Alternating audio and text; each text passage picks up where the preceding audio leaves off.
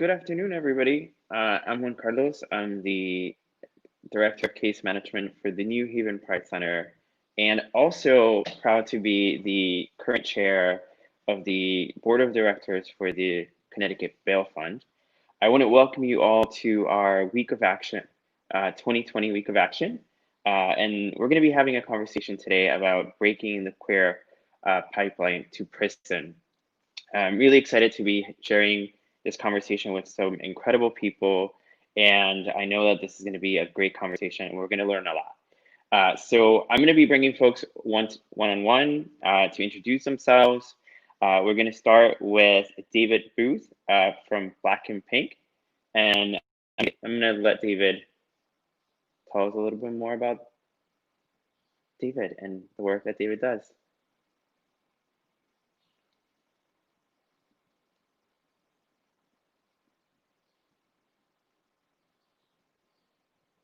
Did we lose David? Hi there. Hey. Can you tell us a little bit more about yourself and the work that you do, David? Sure. So I'm David Booth. My pronouns are Z them. I'm with Black and Pink. We are a national prison abolition organization. And when we talk about prison abolition, we're actually talking more along the lines of dismantling prisons and building community programming. Because when we're talking about prison abolition, we're looking at what comes next. Sorry, I'm outside. It's a little busy out here on the street. I've been trying to find a quieter space.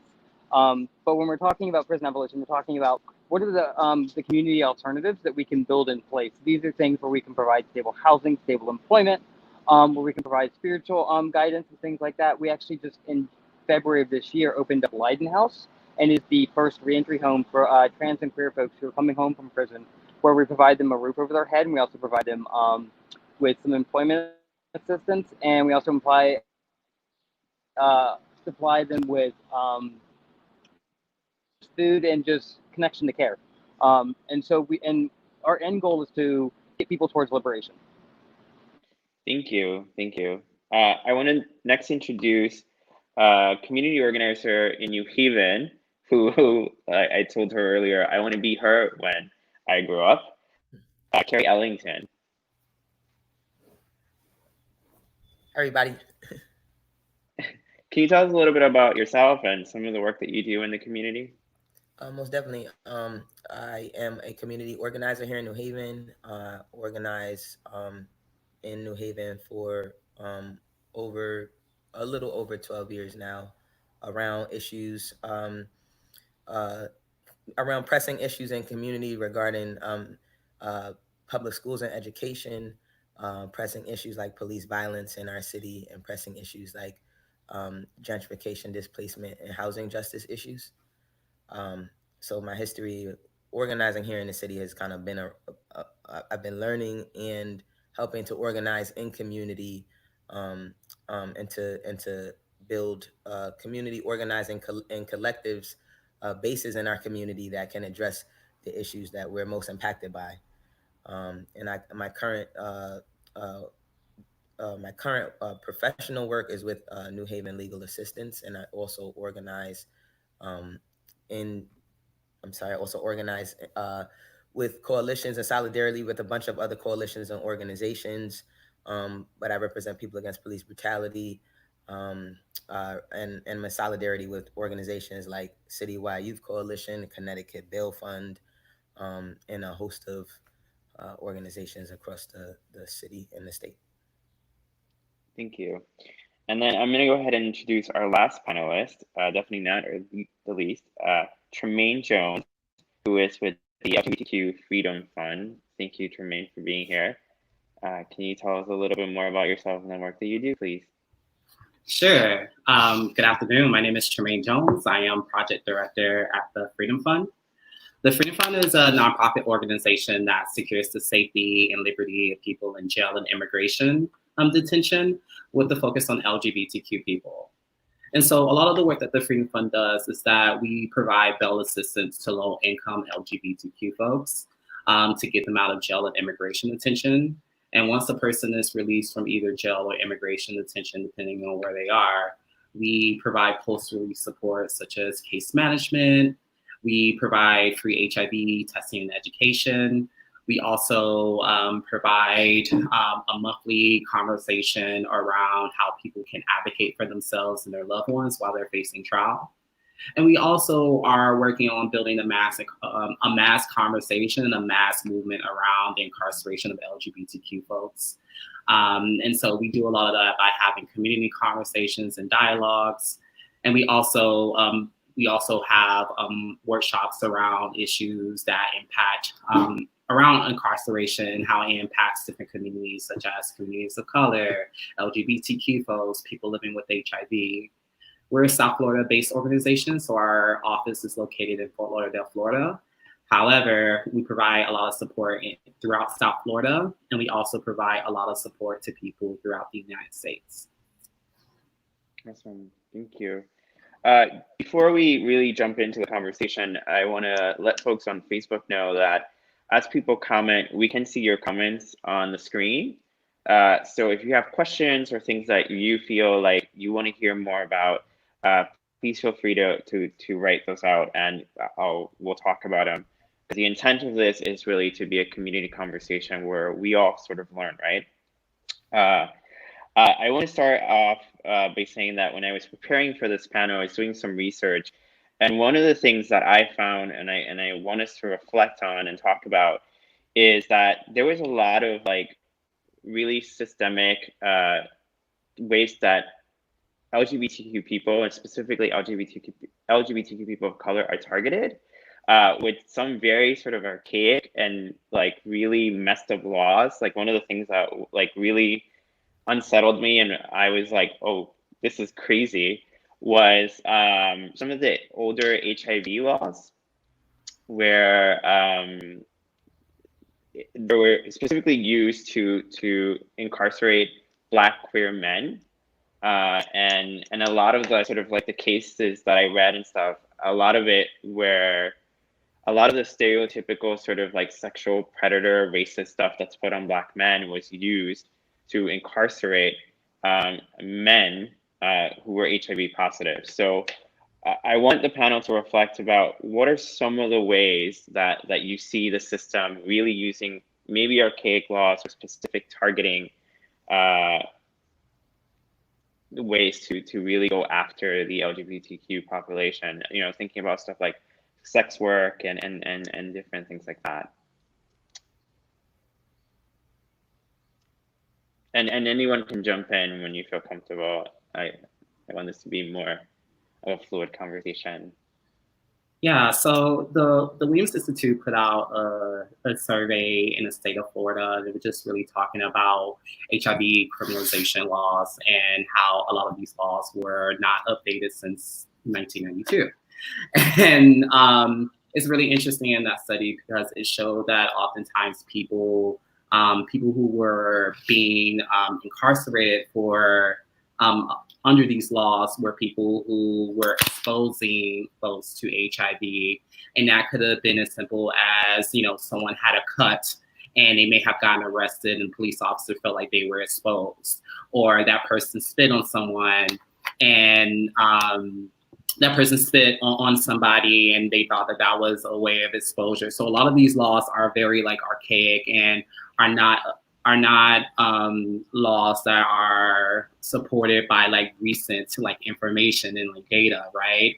But it also goes to show like what's happening in our country of like this mass incarceration of LGBTQ folks of color, and how like specifically for like folks who engage in sex work, how in a lot of different states across the country, people are being arrested for simply having condoms on them if the police officer knows that they have a history of incarceration. That's happening in New York, that's happening here in Florida, that's happening across the country. And so when we're talking about people who oftentimes are at the margins and are oftentimes don't have the resources, we're talking about LGBTQ folks, especially LGBTQ folks of color, where, you know, 1 in 2 homeless youth are identified as LGBTQ. And so when we're talking about people who already don't have the access and resources because they're homeless and oftentimes have been kicked out simply because of their gender identity or sexual orientation, we're talking about folks who are just trying to survive, right? And so folks who are trying to survive are, oftentimes are engaging in survival sex work or other underground economies. And so when we're talking about a lot of these laws are targeting LGBTQ folks, and oftentimes are targeting mainly Black trans people in many cases. And so I would just recommend for folks who are wanting to know around HIV criminalization laws, the Williams Institute has done different studies across the country. So they have one specifically for Florida, they have one for Georgia and other parts of the country. But I think, more than anything, when we're talking about archaic laws, like HIV criminalization is one of those big things. And we see this here in Florida where people are serving lifetime sentences simply because they're people living with HIV. And oftentimes they're mainly targeting people who are sex workers.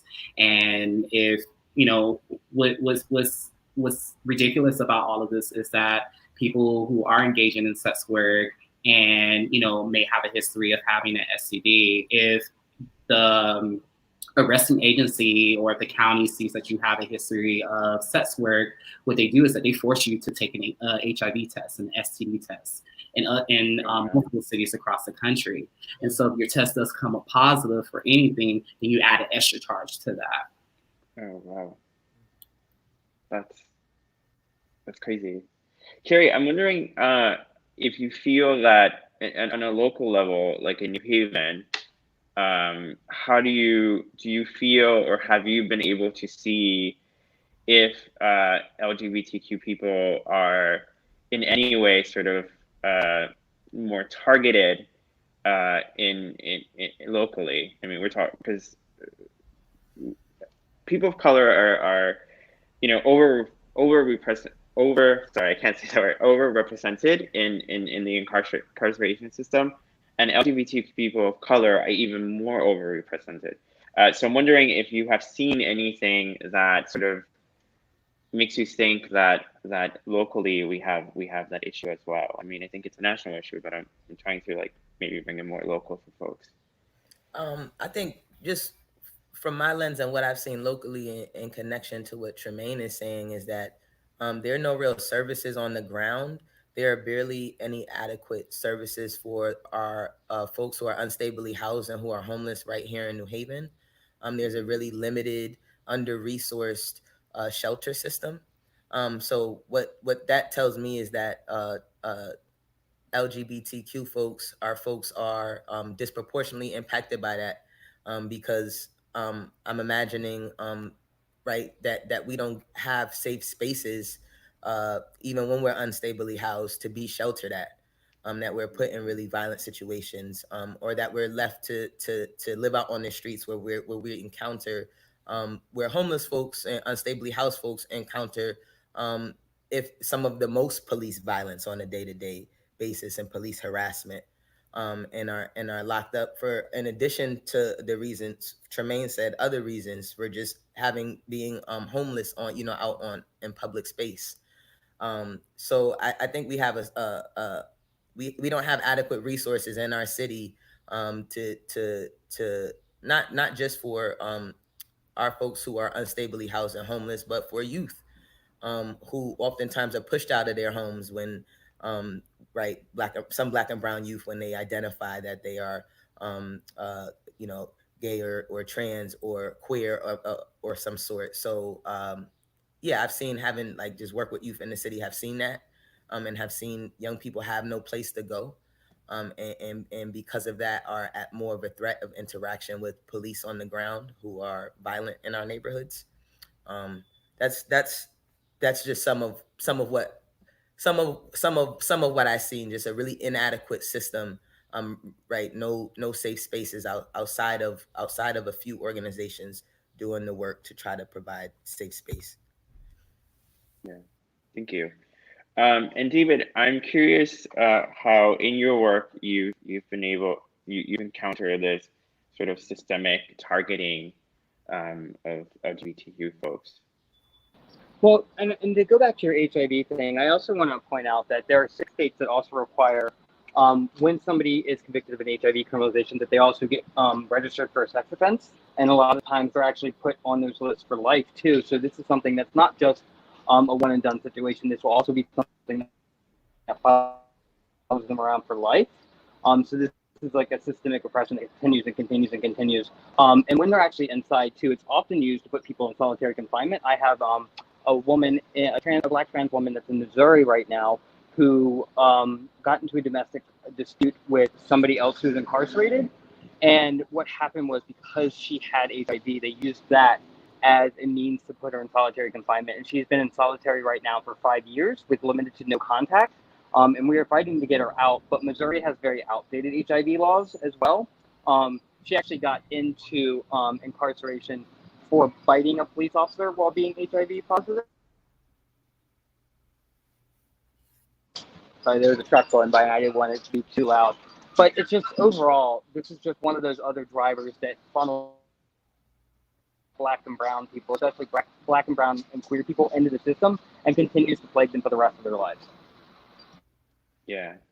And David, I'm going to stay with you because like the next thing that I wanted us to talk about, and Carrie already touched on this a little bit, about how sort of institutions beyond the so-called criminal justice institutions fail our community. But I want to touch a little bit with you, David, about sort of what you were talking about, how queer folks are often put in solitary confinement. And this seems to be like a big problem that affects trans folks, because they do it, in my knowledge and I've heard them say, oh, we're trying to protect them, but they end up putting in things like solitary confinement, which is super, super, super harmful for any person. So I want to talk to you a little bit, David, more about how systems, and like, we're talking about like discrimination in the court systems, discrimination within sort of housing trans women in men's facilities, and maybe you can share a little bit more about what you've experienced in your work there as well. Right. So yeah, trans women essentially just have the worst of it when it comes to the system. And a lot of times it's just because their gender expression is not something that somebody sees as quote unquote normal. And so what happens is they don't know what to do with them. And it's not that that they're a threat per se, it's that they perceive them as a threat. And so these can be little things. So PREA, the Prison Rape Elimination Act, was enacted in 2003. I believe it's 2003. Somebody can correct me if I'm wrong on that. But with PREA, it was supposed to reduce the incidence of sexual violence and to be able to track and monitor sexual violence on the inside a lot better. But what happened is they've been using that as a tool to actually surveil and to punish people more and more. When we're talking about PREA, a lot of times what happens is people are given tickets. They're given things where they're said, all right, well, we're going to put you in solitary confinement because you've touched somebody, and even though it's consensual, we see that as something that shouldn't be done. Or if they get into a fight somewhere, like you said earlier, they'll be put in for quote unquote their own protection. Yeah, it's just more.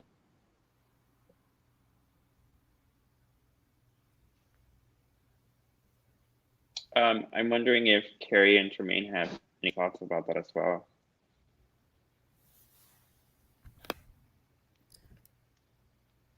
I would just add that in addition to that, from my purview, there's no real dedicated legal services in our city to the LGBTQ community, and to really look at the issues that we are all impacted by through these nuances, to see the ways that the system is extra violent in the ways that David and Tremaine have laid out, and seeing that as another whole, because we're disproportionately impacted by the criminal justice system, and the fact that there is no dedicated legal service to just give legal counsel and representation to our communities exclusively and solely, I think is a big infrastructural a problem, and something that something to me that would start to be right. If there was legal counsel, then we begin to challenge these issues better and more affirmatively through law. Not that that would be the main answer, but. Right. Yeah. No, I hear you. Tremaine, do you have anything to add? Yeah, I would just echo a lot of what was being said before. I think in my experience of doing the work in South Florida, a lot of LGBTQ identified folks oftentimes don't feel safe while incarcerated. There's data that shows that LGBTQ folks are at a higher risk of being sexually assaulted while incarcerated, and also have a higher risk of committing suicide, right? And so I think that just goes all to say that there's something that's happening within this system that is failing our people, that's failing like people in general, but especially LGBTQ folks. And we're also, when we're talking about, people living with HIV, there are certain needs that people living with HIV need to have, right? They need to have access to their medication. They need to make sure they're being connected to services once released. And so the issue that comes in for a lot of folks is that once folks are released from incarceration, specifically people living with HIV, if they don't have the resources to be connected into care, then they're less likely to be connected into care and stay into treatment, right? And so I oftentimes have conversations with folks around like how mass incarceration is a public health issue, because we see time and time again that folks who have been incarcerated, especially when we're talking about LGBTQ people and people of color, we oftentimes are the ones who have like lower health outcomes, right? We are oftentimes the ones who, are being lost into treatment. We're oftentimes are the ones who are having challenges getting access to just basic healthcare, right? And, I think, when we're talking about a broad and bigger system, right? People who oftentimes are incarcerated, if they take a plea deal or if they have a record, then what that means is that it's harder for them to get access to just public assistance, right? We're talking about access to public housing, access to going to college, right? Like these are things that when we're talking about the prison industrial complex, people are being impacted in such a way that it makes it harder for them to even get out of the situation that they're in. When we're talking about LGBTQ folks who, 1 and 2 homeless youth are LGBTQ identify, and how in different cities, across the country, there are municipal ordinances that are arresting people simply for being homeless, like trespassing, lodging in a park after dark, right? All of these ridiculous municipal ordinances, laws that, oftentimes put people in these cages, but then once they're released because they took in a plea deal just to get out of jail, then how is that? It's pretty much a cycle of poverty that we're putting on folks. And, ultimately, when we're talking about LGBTQ folks who already don't have the access, when you're adding a charge, to that makes it harder for people to see. That makes it harder for people to thrive in a system that was already created to go against them. Yeah, and I think that's why for us, especially for me, this conversation was so important to connect the dots for folks, because I think sometimes we don't realize how a young person, who, let's say a young person who is being bullied at school, eventually sort of is like, I'm not having it anymore, gets into a fight, gets picked up by a resource officer within the school system, gets put through the system of mass incarceration, and the system is really designed to keep you in there, right? It's not designed to let you get out of it, right? Like once you enter, it's so hard to be successful, right? It's so hard to get out because the system is designed that way. Like that's how the system works, right?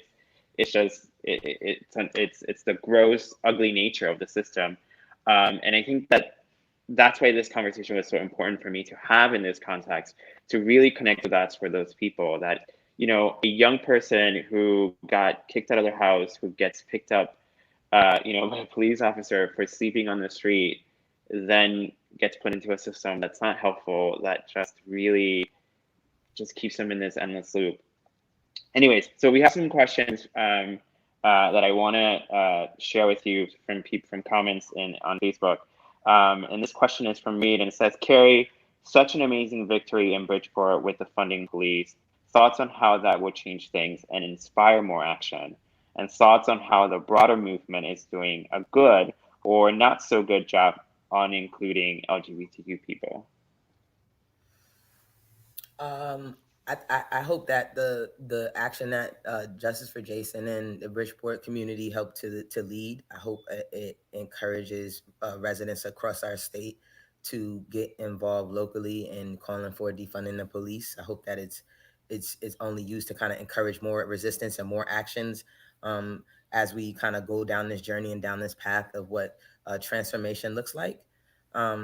So that's kind of my thoughts on that, like more broadly. And I think we don't do a good job of in our little locale here in our little state of Connecticut, of being inclusive toward LGBTQ folks in the movement. There's a lot of what I've seen as homophobia and transphobia that comes up in community discourse around when LGBTQ folks are on the front lines. There's a lot of kind of background talk of and a lack of support a lot of times from quote community leaders and Black and brown institutions that would normally step up and be in solidarity and alignment, fall back and sometimes misalign or align with the powers that be.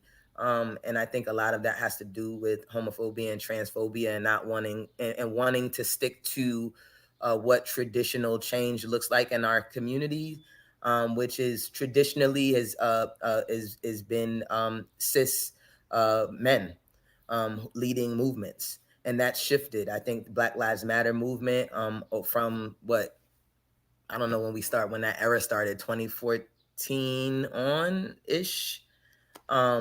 We've seen a visual change in the optics, right, of who is leading. And I've seen a local backlash from people who are seen as, more public folks, more public leaders. When different folks are on the front lines, when trans folks are on the front lines leading resistance and doing direct actions, when LGBTQ folks are on the front lines. So there's a lot I have to say about that, but I've specifically seen a local backlash and a lack of support from frankly from our own Black and brown communities.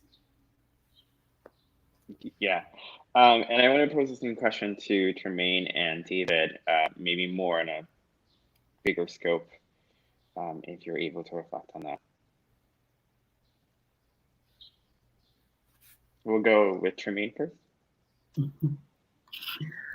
So I'll just, again, echo a lot of what Carrie said. I think there's been a lot of progress, over the last few years with the Black Lives Matter movement and other movements across the country to look at ways of making sure that if we're talking about Black Lives Matter, we mean like all Black Lives Matter, that includes LGBTQ folks, that includes people with disabilities, that includes Black folks with like mental health issues, like really having that conversation of like who's being left out, who's not being included in this table and in part of this conversation, because it's really important.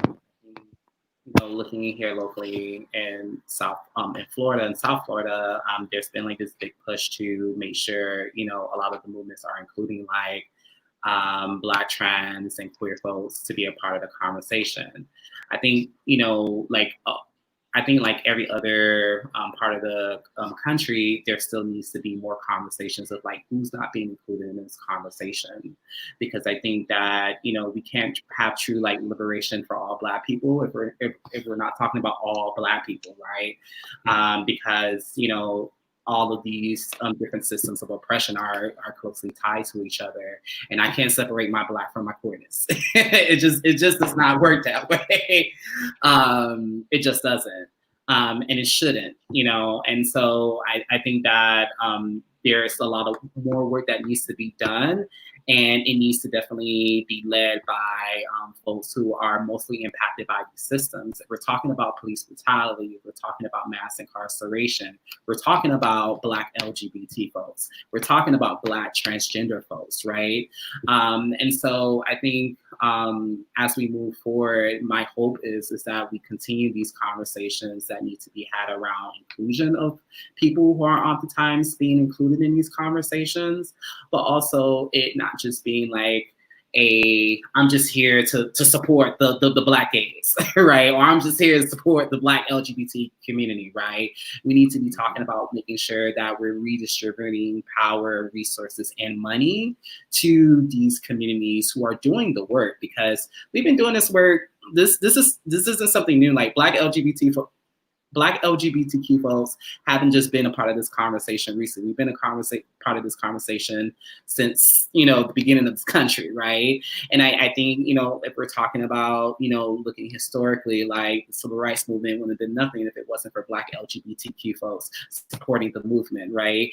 Stonewall wouldn't have been a thing if it wasn't for Marsha P. Johnson, doing what she did, and like other Black LGBT folks, pushing and like creating this like narrative of like, we need to be included, we need to feel safe, we need to make sure that policies includes us. And so I just think overall, like, as we start to gain momentum around, police brutality and defunding the police, we also need to make sure we're including all voices, in this movement, because, like the saying goes, like, none of us are free if one of us is in captivity. Absolutely. David? Yeah, and I want to uplift both Carrie and Tremaine for both of those things. I think also like this arriving at this moment has allowed us to actually even ask white people what it is that they're doing in this movement and how are they showing up, like what space are they taking up. David is unmuted, but I can hear him. Am I still muted? I just want to reflect while David comes in really quick on something that Tremaine said. You said like you can't separate being Black from being gay, and often like people ask me as a Puerto Rican man, like as a Puerto Rican gay man, like what are you first? Like, do you feel more Puerto Rican and more gay? And I'm like, oh, I think it's cute that you think I can separate them both, but it's because like if I'm in a primary Puerto Rican space, I'm often reminded of my queerness and my gayness, right? And if I'm in a gay space, I'm often reminded of my Puerto Ricanness. So it's like we don't get to separate them. That's one of the things that we don't get to do, and that's why I think it's super important that we make sure that the movements are more inclusive as well. I think we lost David. So I'm going to go ahead and move on to the next question. This question is from Brett from the CTU Bail Fund. Hey, Brett, thanks for watching. And the question is for Trey. It says, what are some strategies that you have found effective to actively reach out and connect with trans people who are incarcerated? How do you locate LGBTQ people in pretrial detention, immigration prison who can be bailed out? Thank you for that question. Hi, Brett. So I think for us, some of the strategies we create is that we connect to folks in the community. So a lot of my background work has been in community organizing, doing work in public health, and specifically around like working with people living with HIV. And also I've worked for LGBT community center. So when I started in this role 2 years ago, it was really about like, how are we connecting to LGBTQ folks in the community that are part of organizations or receive work services from organizations? And how are we connecting to those people who are not receiving services and oftentimes are the ones who are not connected and are kind of like just flying under the radar? And so for us, what's helped us a lot is like connecting to different LGBTQ organizations, because I think that people still don't realize that mass incarceration is an LGBTQ issue. And I think that's one of the main reasons for us as an organization. We wanted to have community dialogues and conversations around mass incarceration and how it impacts LGBTQ people, because I can probably be a millionaire on the amount of times people have like said, well, I didn't know that this was an issue that happened in our community. And so there's this conversation that's not being had, but people are being arrested time and time again simply because of their sexual orientation, gender identity. And so for us, it's really like having conversations in LGBT organizations, having conversations outside of LGBT organizations, to reach people and let them know like this is the work that we're doing. I think what's been like great for us is that we've connected to the public defender's office in Miami, and so when the public defender who is the defender in the first appearance court, the magistrate court. So that's, for folks who don't know, magistrate court or first appearance court is when you get arrested, you get processed, and then you see a judge to see about bail conditions. And so the public defender who's in first appearance court, we had established a relationship. And so every time that someone who is trans who gets arrested, she sends me an email and says, hey, I have someone who could benefit from the work that you do. And so that's worked for us. And I think also just really having conversations with people out in the community. I try my best to really have these conversations, because I think it's just really important that people know that this is an issue specifically in South Florida and across the country.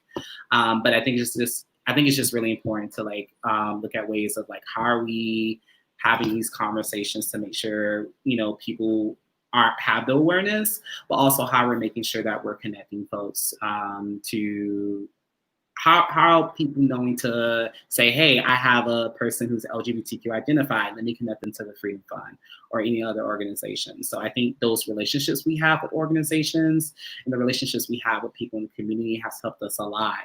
I will say that being said, that is still a challenge, right? When we're talking about LGBTQ folks, especially younger LGBTQ folks who are experiencing homelessness, oftentimes it's a conversation and it's a battle to just survive, right? And so I'm not going to be engaging with a lot of these different organizations, because we see a history, unfortunately, of a lot of these organizations doing harm to LGBTQ folks, right? Especially younger people or people who don't have the access or the resources. And also, let's talk about resources for a second, right? When we're talking about LGBTQ folks, especially LGBTQ folks of color, the main conversation I have, when I'm at different meetings, especially meetings at our health department, is that we talk about the lack of access to HIV testing, for example, and how a lot of these different organizations are, at least here in South Florida, a lot of these different organizations are located on the east side of the county, but a lot of people of color live on the west side. And so what that means for a lot of folks is that they have to travel from where they live 30, 45 minutes, an hour to just get access to just simple services. And so I think, for us, what's been helpful is that we've had these relationships, we're establishing these relationships with different organizations, but there's still a challenge of reaching folks who don't have access to those organizations. And I think for us, that's been a constant conversation of who are we not reaching? How can we reach these people? And also what are some things that we can do better to make sure that people understand that we're not just another social service organization. We're about getting people free. Powerful. Thank you so much. So just a quick update. So David, they were having internet issues, so they won't be able to get back on, but we'll continue to have this conversation. So I'm wondering, what are some of the ways that this being a week of action, right? What are some of the ways that we can tell folks who are watching what are some of the things that they can do, or what are some of the ways that they can get involved when it comes to breaking this pipeline to percent, folks have any ideas, either locally or national level, I will welcome them. I'm going to put you on the spot, Carrie. I was just thinking, one of like what everything Tremaine highlighted, a big issue in New Haven in general for working class, working poor, Black and brown folks is affordable housing, deeply affordable housing, deeply non-subsidized affordable housing. And I know that just from friends that I have who have struggled to get housing because of their gender orientation or sexual orientation, and who are discriminated against in just our regular housing market here in our city, and not allowed to get quality affordable housing.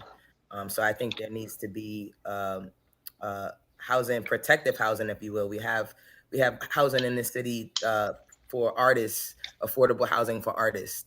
That is limited. Is probably much I'm sure it could be a better resourced.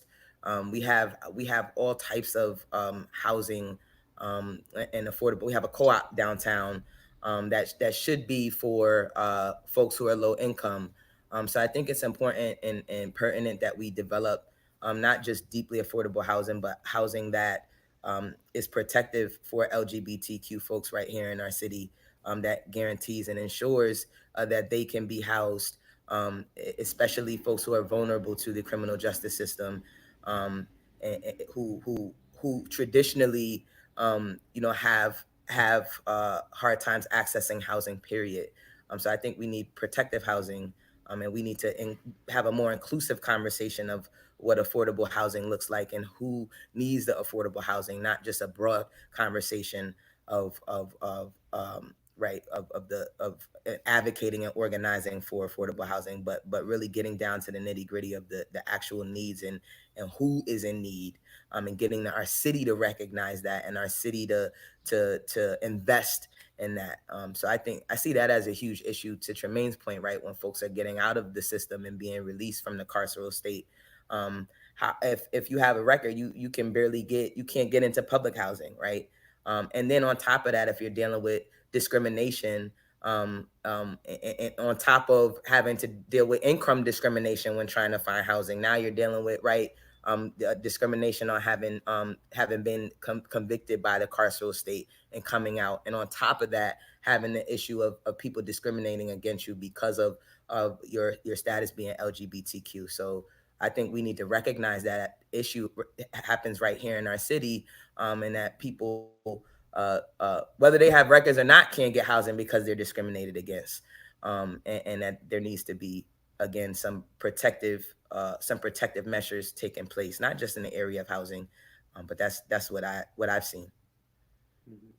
Facts.com.org.uk. Everything. Tremaine, do you have anything to add?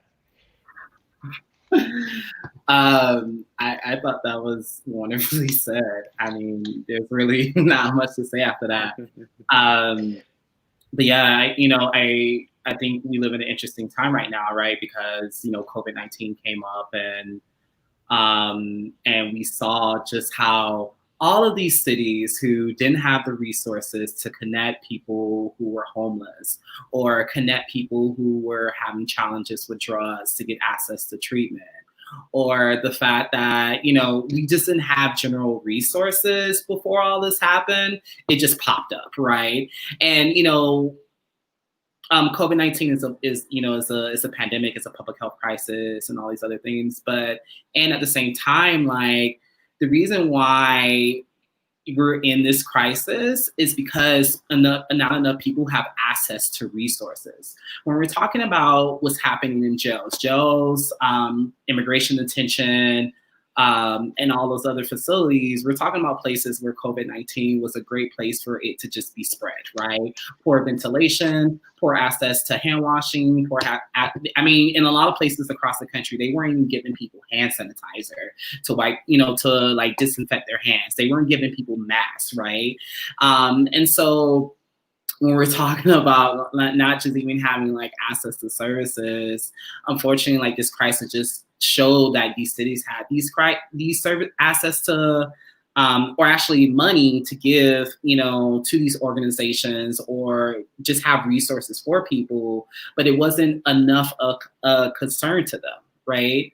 And so to go to Carrie's point about like housing, like COVID-19, a lot of people lost their jobs and unfortunately don't have the opportunity to pay rent or pay their mortgage, right? And so what's happening here in Miami-Dade County, just directly south of us, is if I'm not mistaken, July 1st, they're doing mass evictions, right? Unless the governor of Florida says otherwise, they're going to be thousands, probably tens of thousands of people who are going to be evicted from their homes. And so what happens then? People are going to be out on the streets. People are going to, you know, have to figure out ways to survive. More people are going to have to engage in survival sex work and other underground economies. And so what does that mean, right? So that means that people are going to be sleeping out on a park bench. And so they're likely to get arrested because here in South Florida, people can get arrested for sleeping on a park bench, right? People are going to, you know, there's going to be more incarceration because people are going to be engaging in underground economies. So they're going to get incarcerated, right? And so I just think like overall, like this is like coronavirus just exposed a lot of things about like our cities and our countries and how in many ways, people are, you know, these officials are not caring about folks, right? A lot of this could have been avoided if we just had looked at ways of just making sure we took care of our people. And instead of, you know, putting all of this money into the over incarceration of people, we should have been putting a lot of these into like resources. And when we're talking about like, you know, the funding of the police, I know so many people have an issue like around this, but there's no study that shows that putting more money into police officers is keeping communities safer. I don't personally feel safe around police. That I've never felt that way. I've never felt that way professionally. I've never felt that way personally. And I have so many examples of how police officers did not make me feel safe. And they were the last option I wanted to call when it came to having like an issue or, you know, feeling unsafe. I don't feel safe. That would actually make me feel more not safe. And so I think that, you know, when we're talking about like people having accessibility, there are enough cases that shows that when there are communities that are being funded and are getting access to the resources that they need, that those communities thrive, right? And so as we're seeing now across the country, people are really fed up with what's happening in their communities. And there's just a big push around like defunding the police and really getting access to access and resources to all these community resources that people have been asking for decades. And COVID just goes to show that we have the resources. It's just, are people really willing to give up those resources to allow communities to thrive? Yeah. Wow, thank you. I want to give a quick shout out to, so the CT Bail Fund and the Semilla Collective currently did a data project where they took a lot of data that currently, what's happening in the pretrial detention during COVID. So if you want to see some of the numbers and how COVID really sort of like brought to the forefront a lot of the issues that we've known for a long time that have been happening, right? But there's sort of like this massive magnifying glass on it that just sort of makes it a lot more clear for everyone to see. The CT Bail Fund created this really cool, easy to look at, easy to read data project that you can go on their Facebook page and sort of see some of the numbers that are going to make you maybe scratch your head a little bit, but you get to see some of what we're talking about in a graphic that gives you more of that information. I really don't have any other questions. I want to thank you both. This has been an incredible and powerful conversation. Thank you, and I want to include David as well, even though they had problems and they had to drop off. I'm so grateful for for everyone who accepted our call to be on this call and this chat with us.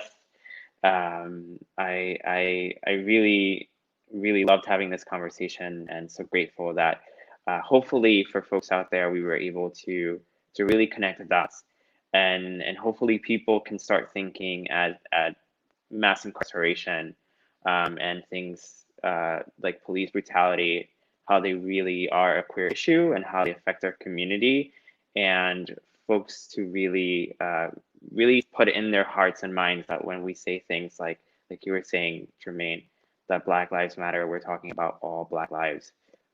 Specific, like a big thing for me is recently we've seen a lot, quite a spike again, unfortunately, on on the murder of trans Black women, and how all those issues interconnect, right?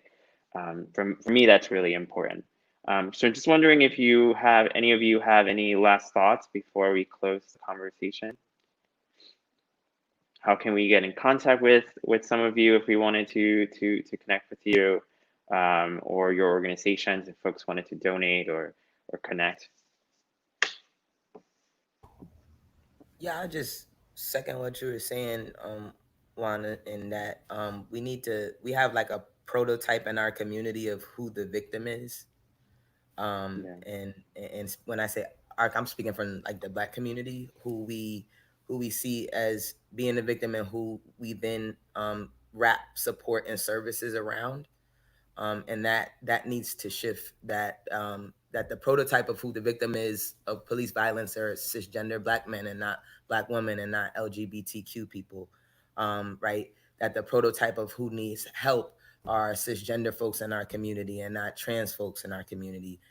So therefore, right, there's wraparound services. When folks get out, they can go to traditional Black institutions like churches, right, and get services where a lot of trans folks and LGBTQ folks are pushed out. So I think we need to, like to Tremaine's point, one, challenge our homophobia and our transphobia in our communities, and our institutions that we have somewhat level of proximity and access to, so that there are more resources provided to LGBTQ folks, and to also expand our knowledge of who we think the victim is.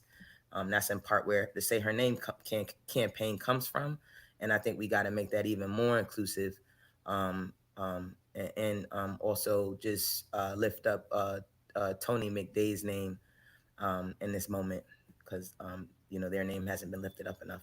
And you can stay abreast of like the organizing by following People Against Police Brutality page, and we have an Instagram. You can follow Justice for Jason page, a CT Bail Fund page, Black Lives Matter New Haven page, and stay in tune to what's happening on the ground in our city.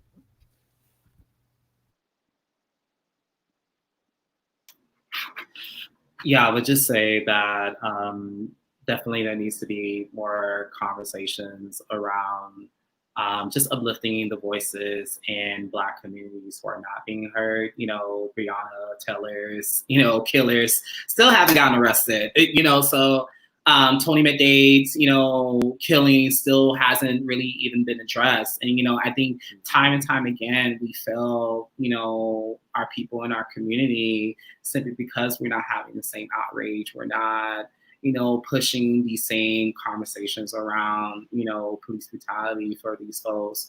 Or, what kills me oftentimes is people say like, oh, because because they're a woman or because they're LGBTQ identified, that they deserve, to get killed. There's a lot of work that needs to be done.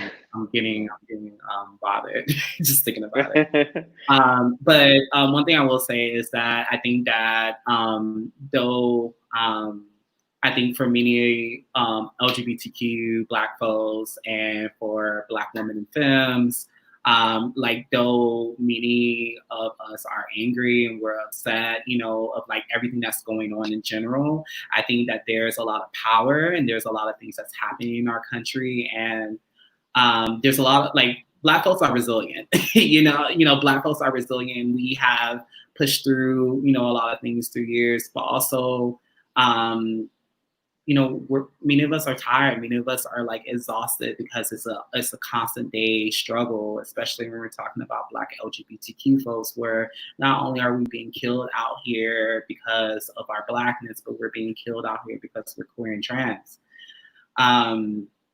But I will say again, like, there's a lot of power and there's a lot of people who are coming up, and, you know, there's a lot of conversations that are happening. And I think, again, like, the conversation that we talked about earlier, as long as we're continuing to like push these conversations of like who's not included in this conversation, who should be included in this conversation, and how do we uplift and have the same energy that we have for a lot of the cis heterosexual men. How are we making sure we're including women, LGBTQ folks, people who have mental health issues, people who have disabilities, like, and so many others I'm not even mentioning right now. How are we making sure we're including those folks as part of the conversation? Because again, you know, our liberation is tied to each other. So, you know, one can't be free if we're all not free. And so I think just to answer your question, like, how can you reach out to us? So you can reach out to our website, lgbtqfund.org. If you want to reach me directly, you can send me an email. It's Tremaine, TREMAINE, at lgbtqfund.org. We have a Twitter, LGBTQ Freedom Fund, and we have a Facebook, Freedom Fund. And again, I really appreciate being a part of this conversation. I adore Carrie. This is my first time meeting Carrie. But See, I that's think why I want to be her when I grow up. Now you get it. But I just want to like just really say again, we need to continue this conversation, and this conversation doesn't need to be a trend. It needs to be happening until there's some real change in our country, not companies changing the names or companies saying, oh, we got to do better. I think in order for there to be change, we definitely need to be defunding the police and holding these police officers accountable. But when we're talking about systemic change, we're also talking about the systems that support, you know, that system.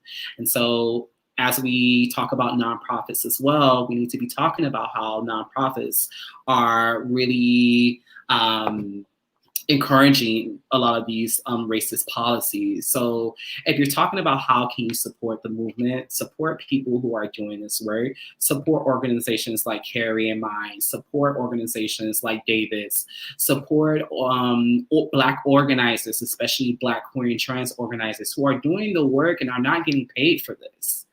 But also look at how your policies and procedures are impacting Black LGBTQ folks. And so if you're saying that if you're just putting, you know, how Black LGBTQ folks are being killed out here in the streets, right? I think that's important. That's raising awareness. But if you're really talking about making the important changes, you should be looking at your organizations and companies and looking at ways of including LGBTQ Black folks and people of color to be a part of the conversation if we're going to make systemic change. Because if we're not, it's just blanket allyship, and I don't want it. I can't speak for nobody else, but I don't want it. Yeah, I think, yeah, I just want to reflect on something that Carrie said that for me was really impactful. It's about rethinking the victim of mass incarceration or police brutality, right? As someone who works in an LGBTQ organization, I think that we have to rethink the victim, right? Because we often think that our services are, you know, there's some services that we provide, and when someone who is incarceration, we kind of don't know what to do, because we think that folks who interact with the mass incarceration system or police brutality should be handled by Black and Brown organizations, and we have to also find our place. Obviously, not try to lead the movement, because that's not our place, but also be a part of the solution and not a part of the problem. And I think that if you're not actively looking for things to do and support, then you're part of the problem, right? It's when we tell people like it's not enough to be not racist, you have to be anti-racist. I think it's the same way. And I do want to give a credit to not only our executive director, Patrick Dunn, but also our board of directors, who when we have these ideas to have conversations like this and really sort of be like push our organization more and more into these issues, they're like, look, you all know what you're doing. We trust you. This is the right choice, right? Because they allow us to be, you know, part of the solution, not part of the problem. They allow us to just not be racist, but anti-racist, which is unfortunately, it doesn't happen often in nonprofits in general, right? Like, because we have to admit, you know, nonprofits do benefit from white supremacy and the things that are put in place. So I just wanted to say that. And quickly, I also wanted to give a shout out to Black and Pink, which is David's organization. So if folks want to get in contact with that organization, visit Black and Pink. I believe they have a Facebook page. And know that all of the information on how to connect with these organizations, we're going to put on our website, newhavenpridecenter.org, as part of our Week of Action page, because this conversation is not going to end here. This Week of Action is definitely not going to end here. This is just a start. This is just to give you a little appetizer of the work that we're going to be doing, and we're really going to, you know, this is not like. It's not something that's going to go away. It's going to be a fight that we're just going to strap on and just kind of fight together. So I want to once again thank our panelists. Thank you so much for being here. Thank you for taking the time. Thank you for everyone watching. And we have some really cool conversations that are going to continue throughout the weekend. So I hope that you can tune in to all of them. All right. Thanks, everybody. Thanks. Thank you.